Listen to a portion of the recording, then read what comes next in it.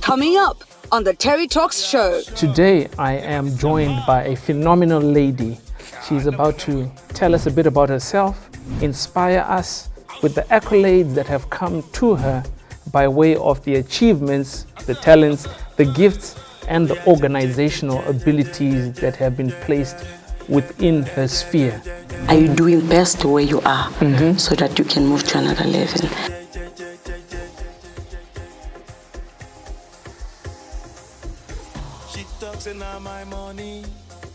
Greetings to our viewers. We'd like to thank you for appreciating us on this set on the Terry Talk Show. My name is Terence, and today I am joined by a phenomenal lady. Her name Khanyisile Tshabala.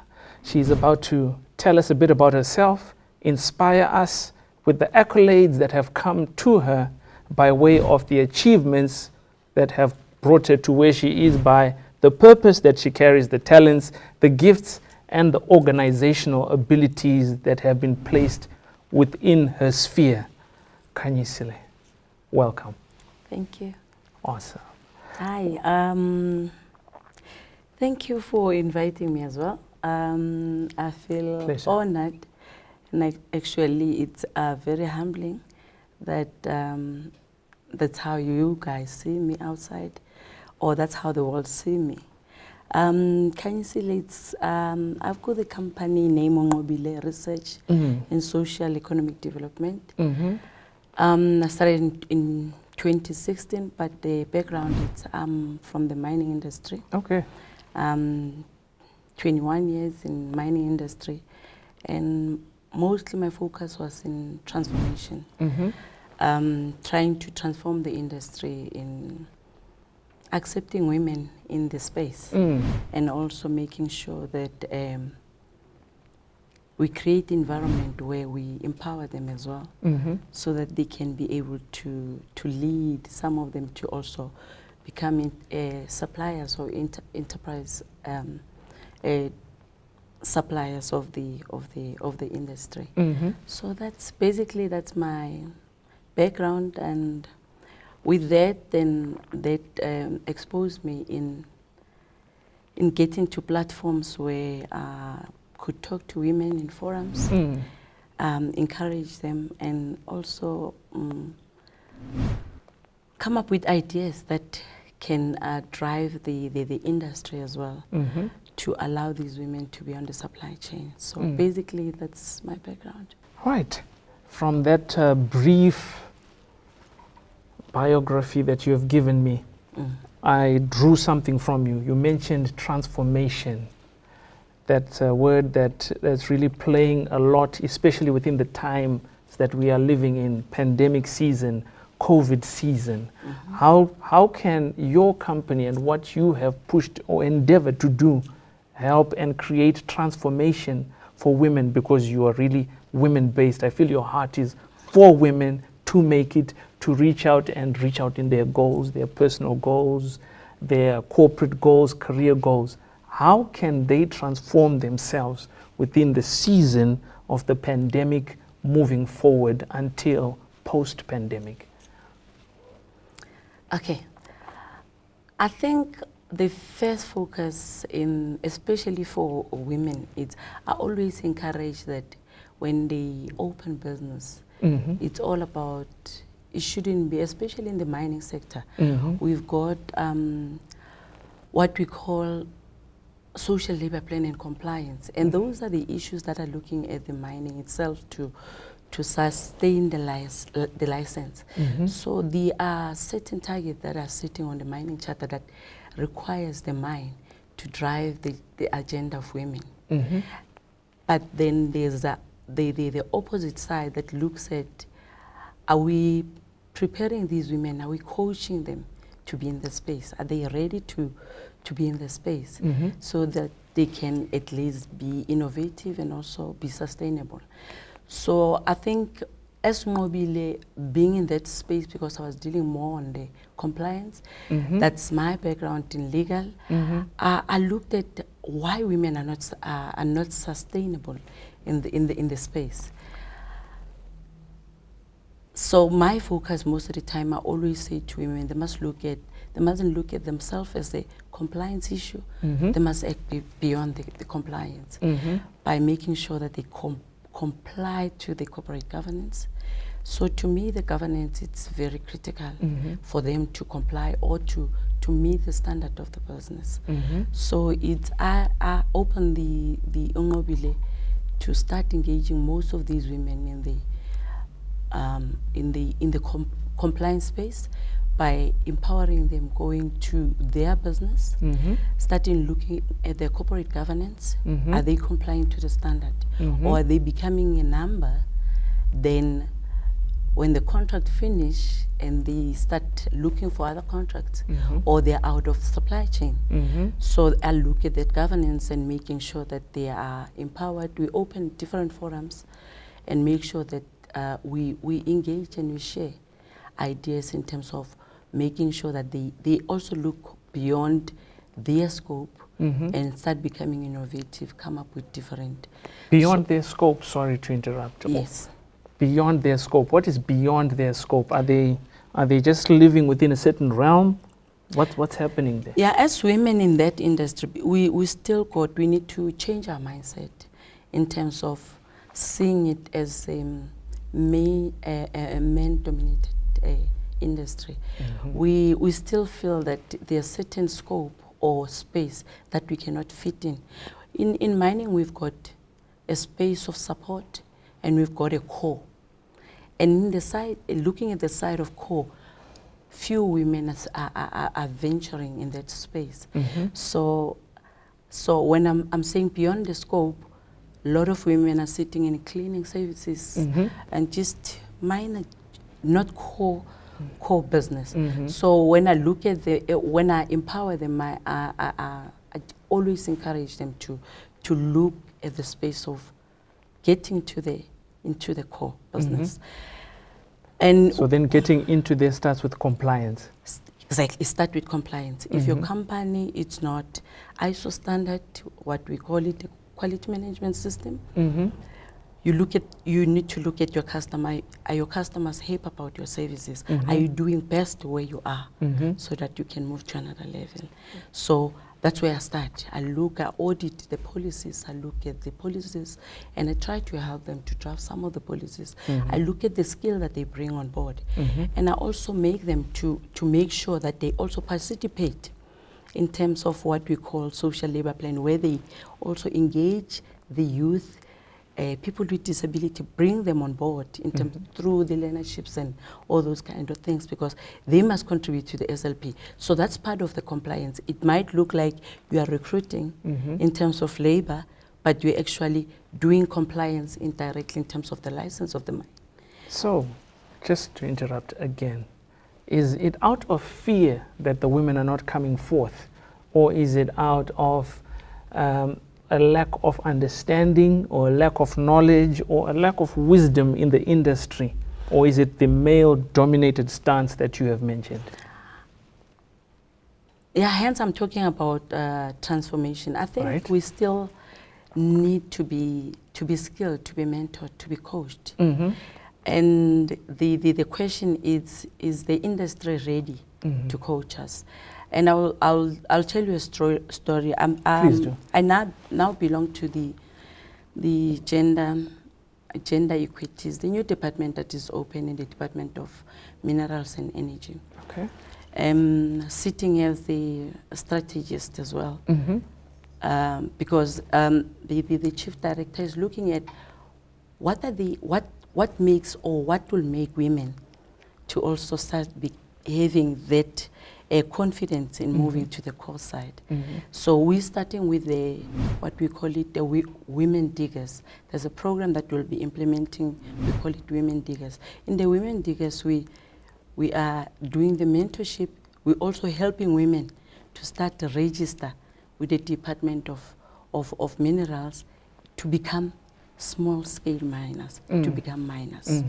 So we are saying to women, if you are a miner by profession, you are a geologist by profession, you can have your own mine. In the same mine, you can be in the small scale.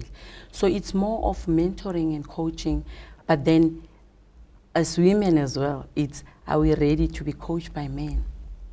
So these are the things that we engage with in our future forum, to say that we need to be open up as well, to be allowed to, in this hectic world as well, without having the trust between these genders, but do we allow these men to still mentor us and to also coach us, because we also want to move to that space? Are we coming as partners, as stakeholders, or are we coming as women? So when you get to the mining industry, you need to come up as a partner instead of a woman. My question is the fear of them getting coached, is it something we can blame a woman about? Because probably they've seen certain things that when the acquaintance between a man and a woman come together, there are certain dynamics that men then raise for them to endear themselves toward a woman. What would you blame a woman for not wanting to be mentored? Okay. Or do we have a shortage of women mentors? I think I wouldn't blame anybody. It's a new space. We're trying to find each other. We're trying to check if women can fit in. Men are also checking if are we fit enough. We're also doubting ourselves if we are fit enough. So it's a matter of finding our space and finding each other and finding our feet to be comfortable around each other, and believing in each other that we are competent, we are bringing a certain skill. Being women in the mining, we've brought that feminine touch, that it's okay that a man can cry and say, I'm tired. It's okay that we can say that there are women around and they can go into or behave as women. So it's a matter of us understanding that we're still going to be women. We don't have to change our femininity, but we need to bring what we can bring in terms of competence and understanding, and be compliant to the standard of what is required in the space. So it's not a matter of anybody being wrong, but it's a matter of getting our feet together. Okay. Wow. You've mentioned mindset, transformation. These things are burning within you from what I'm picking. However, I have another question as we backtrack, sort of diverging, but within the framework of what my questioning thought frame is. You mentioned compliance, which means legal issues. So you are a lawyer by profession within the mining industry. Why law? Why law? Because when I hear law, I think of lots of reading, these different cases, criminal law, commercial law. Why law? I think it's very important that we understand the part of being a lawyer. Being a lawyer, it's understanding and interpreting the language with the space that you're in. Me doing law, I don't see myself practicing. But I see myself being part of giving input in terms of the provisions that are governing the mining industry. And not looking at the policies only, but also looking at the social side of it. What are the elements that are a stumbling block in terms of our policies that can influence the transformation in the mining industry? So that's why I got to that space. So in my law, I specialize more on social science and looking at how do bilaterally making sure that these laws are actually talking to the change and the transformation in our communities. Wow, so so law you then delved into so that it can help you further understand, so that you can assist more of the women Yes. All right, all right. But are we winning? Is there transformation happening within the sector of women coming into mining, or most of them want to end up on as YouTubers these days? Others want to be lots on social dynamics other than mining, or do they fear going underground? What does mining encompass for a woman? You know, very interesting. We've got a lot of women. Looking at the percentage now, I think we're sitting at around about 29% of women coming to the women in mining. We've got two categories: women in mining, which are on core, and women at the mine, which is support, which are dealing, like me, dealing with compliance and transformation. So we've got the change. The mine has started accepting and starting encouraging women to move in the mining sector. And I'm glad that the industry now, or the department now, is looking at the energy side, which is still part of the mining. Okay. Because we've got coal Okay. on the other side of energy. So women that are more scared on the mining side, which is more development, and the geology side of it, because of FOGs and all that, they move to the coal side. So yes, we are getting a lot of women. FOG being? The fall of grounds. Okay. Remember, going underground, it's one of the risks that we're taking as women. I also go underground. Do you? Yes. Goodness me. Yeah, sometimes you need to understand the industry so you can be able to say there are challenges and how can we change challenges. Before we go far, what is it like being underground as a woman? Is there any fear? The darkness? Is there darkness? Do we have light? What's happening underground? Underground, it's very interesting. I think you must be driven by the passion of seeing what's happening underground. The first time when I went underground, it was 2003. It was in Leidenbeck. And one of the reasons, that time I was still doing the employee relation. I was dealing with cases in the mine. My career, it was from HR, ER and all that. So while I was in space of ER, when there's a misconduct or any dispute or any allegation, I'll have to go to the scene. Go with the safety person and see what happened in that part. Let's say there's a fatal at the mine, and we need to take the matter further in terms of investigation. The mine is closed, getting a Section 54, and they lose a lot of money per shift. We might lose 6 billion or 6 millions. So I'll have to go underground and go investigate and try to find out where was the deviation in terms of the standard, so that we can be able to charge this particular person who's alleged that they deviated. So it's very interesting going underground, and also to check the changes or challenges of women. Underground, we didn't have toilets for women. Okay. The outfit Observations, yes. The outfits for women was a challenge for women because we used to have a full overall that when you go to the restroom, yes, then you'll have to take off everything. Sometimes that room is busy. There is a corner somewhere you need to help yourself. The nature is calling.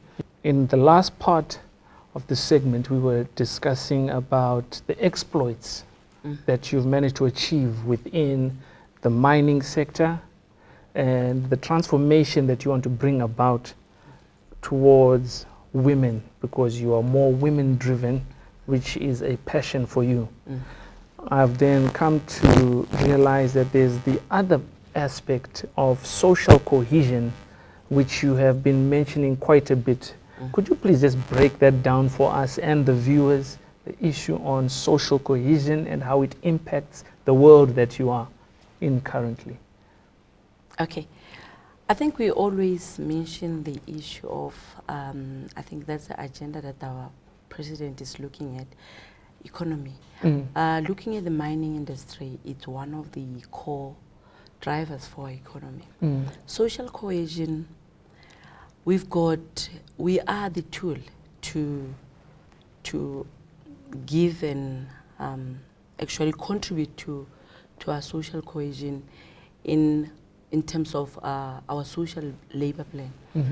In the mining, we are mandated to make sure that we are contributing the social issues, but through the integrated development plan, which is coming from the municipalities. That's the IDP. The IDPs. Okay. So the IDPs talks to people on issues on the ground where people don't have water, they don't have roads.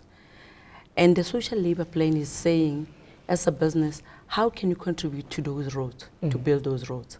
Because the business is sitting there as a profit organization, but it's there to support the service delivery in terms of the government. So the IDP should inform the SLP in the mining industry and be accounted to the Department of Labor or Department of Mineral and Energy through youth development, through supply chain, through infrastructures, building the schools, building the roads, and all the cohesion issues that are related to what the government is seeing in terms of empowering our people, transforming our people, changing our people, and also sustaining the economy in South Africa. It's creating those SMMEs in the communities. They become suppliers to the mine. All right. They recruit. So we're eradicating the poverty through the SLP, which is informed by the IDP. Because the IDP will say, we've got 39% of unemployed. But who will employ those people? Okay. The mine, it's got 1,000 vacancies that they need to fill in. But is it only people, are they supposed only to be employed, or can they be service providers to the mine? And once you open that space of service of services, giving the SMMEs to become business owners, then our economy get rotating and increasing, because those suppliers become now the recruiters of, then we eradicate the poverty as well. We start reducing the number of employment as well. So there is a very close or very thin line between the IDP and the SLP, up until we get to the understanding of how do we drive our economy through all this engagement of national development plan, integrated development plan, and social labor plan. Those are the languages that we need to start using, and using those platforms to eradicate and making sure our economy change. Oh, so cohesion is bringing in all these top tier. Yes. All these strategies, strategy that we've put in as a government, as business, to make sure that they influence the economy, they change these social issues that are challenging in the country. I like that. So it's basically touching the community. Yep. At the grassroots. Yep. And raising up people at the bottom, bringing them into the core of the economy. Exactly.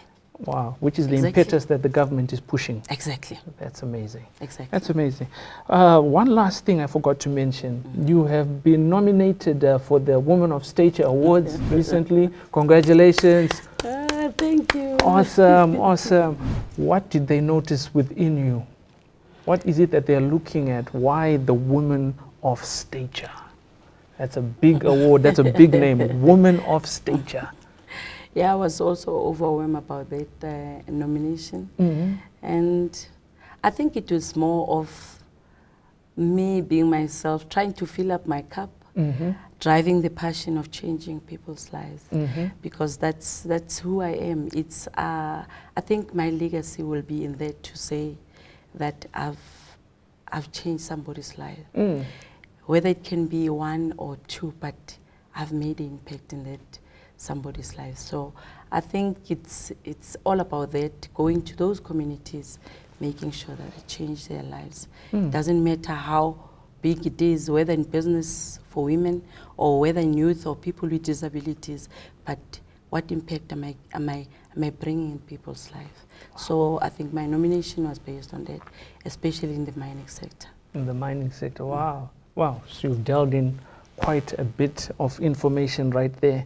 But because of time, I'd just like you to wrap up in a minute. Firstly, the advice you would give to women that want to rise up within the industry, because you said mining, it then grew further into energy. So then from there, transformation, the mindset, grassroots level, and touching the communities to grow them economically using government policies. What advice would you give them? How can they find people like yourself? I'm hidden somewhere in a small rural setting in the corner of KZN, in the corner of the Eastern Cape, in the corner of Pietermaritzburg.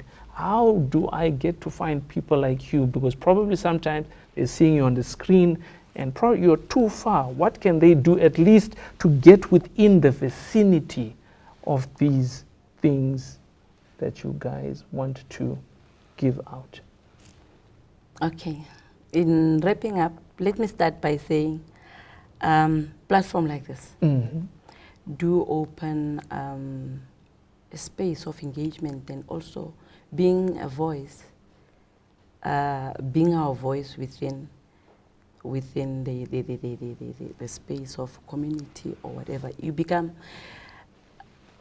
my voice for telling a story of transformation. So I respect this kind of platforms.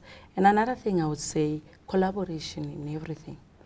We cannot do it alone. I need to come to this platform to tell a story. You need to document it and go tell a story to those rural areas. You need to go find the talent outside by going telling that story. And another thing I would say, we shouldn't be scared as women. You don't have to be a miner to own a mine. Okay. You need to have a passion beyond mining to say, why is mining there? Mining is there to change as well the social issues. So be the driver of economy as a woman as well. You don't have to be a miner to own a mine and to bring the change. We're talking mining now. You are becoming my voice, but we're talking mining, so you are contributing in that collaboration. So that's how that's what I can say. Let's collaborate. Let's reach out. We need to be driven by our passion to get to any space and become innovative in that space. Wow, thank you for wrapping it up so eloquently. We hope that you've been inspired. We hope the viewers are growing in knowledge, wisdom, and understanding as we wrap up with Madame Khanyisile Tshabala, woman of stature. Next on Terry Talks Show. You know, usually people ask me, can you do like matchmaking and the likes? I mean, I can, but I don't like it.